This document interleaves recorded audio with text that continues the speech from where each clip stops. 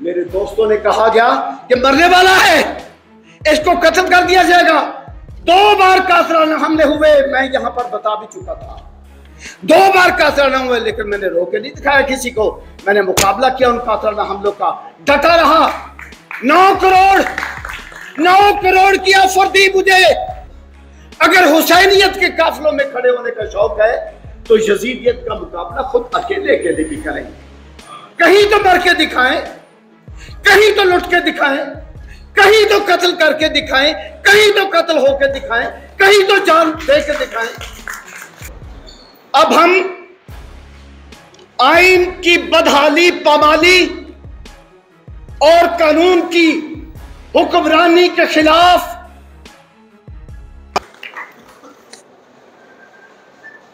इन हालात में, जबकि इस घर के चिराग से आग लगी हुई है, मैं नहीं समझता कि ये बेंच बनने की करारदादें पेश होना चाहिए थी।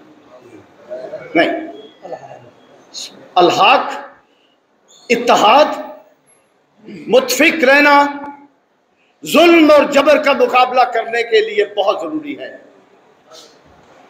और आज सुन रहे हैं सारे के सारे वो लोग कि हम बेंच बनाने या ना बनाने की बुनियाद पर भी तकसीम हो रहे हैं। ये बात तो पुरानी चल रही है, थोड़ा सब्र कर लिया जाता, कोई बात नहीं थी, फैसले आपके होने थे। सबसे पहले हमें जारहियत का मुकाबला करना है, जुल्म का मुकाबला करना है और आइन और कानून को तोड़ने वालों का मुकाबला करना है। बस मेरी ये गुजारिश तो आप सामने रखें। हबीब जालब ने एक बार कहा था जनाब सदर कि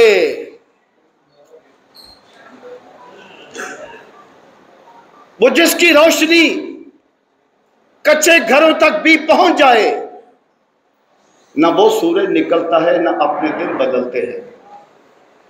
फैज अहमद फैज की किताब से इसका जवाब मिला, आप गौर फरमाइए। साकिया रक्स कोई रक्स सबा की सूरत, मुतरबा कोई गजल रंगे हिना की सूरत।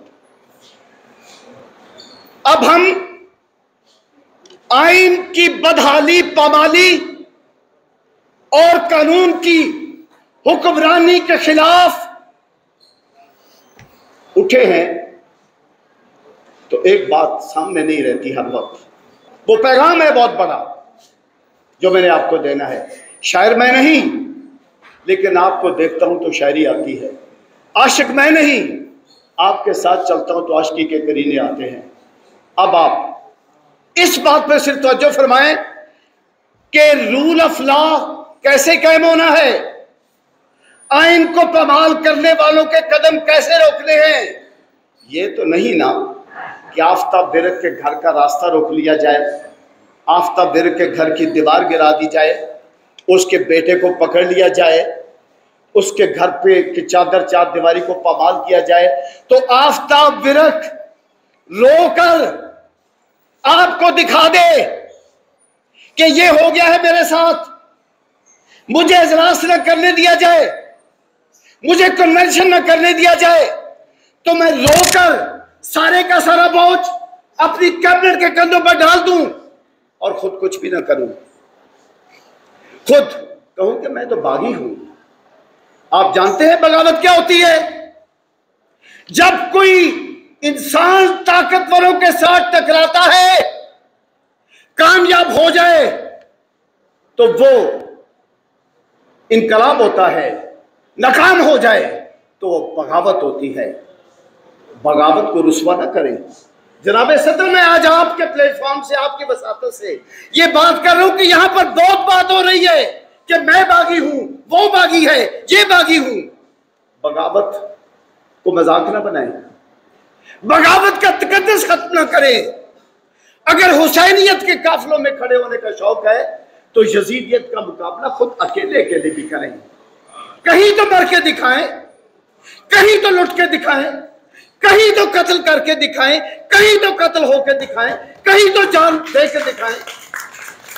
उठे, शिकायत ली, रोना लिया, औरतों की तरह आंसू बहाए, आ गए जनाबे सदर, मेंबराने बार, हमारे साथ ये कुछ हो गया, बर्बाद हो गए, तबाह हो गए। क्यों नहीं मरे वहां पर? क्यों नहीं डटे वहां पर? क्यों नहीं आपकी लाश गिरी वहां पर? क्यों सारे का सारा इल्जाम अपनी नुमाइंदों पे आने देते हो और आप कुछ भी नहीं करते? ये बगावत नहीं होती? गद्दार कहते हो किसी को? कहां तक गद्दारी के खिलाफ गए हो? मैं अपनी मिसाल दे रहा हूं।